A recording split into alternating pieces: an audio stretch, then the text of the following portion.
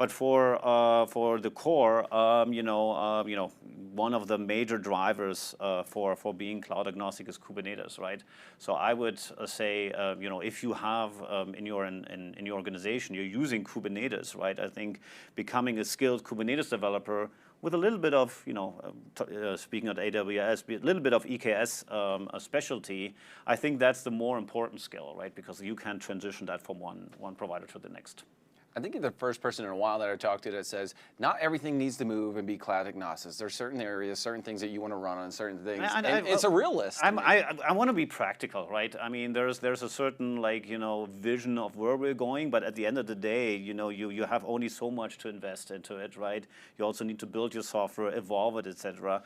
So I do think, I'd also think that the architecture is going to be cleaner if you start reasoning about it. But I also want to stay practical. We don't need to boil the ocean. We don't need to move everything,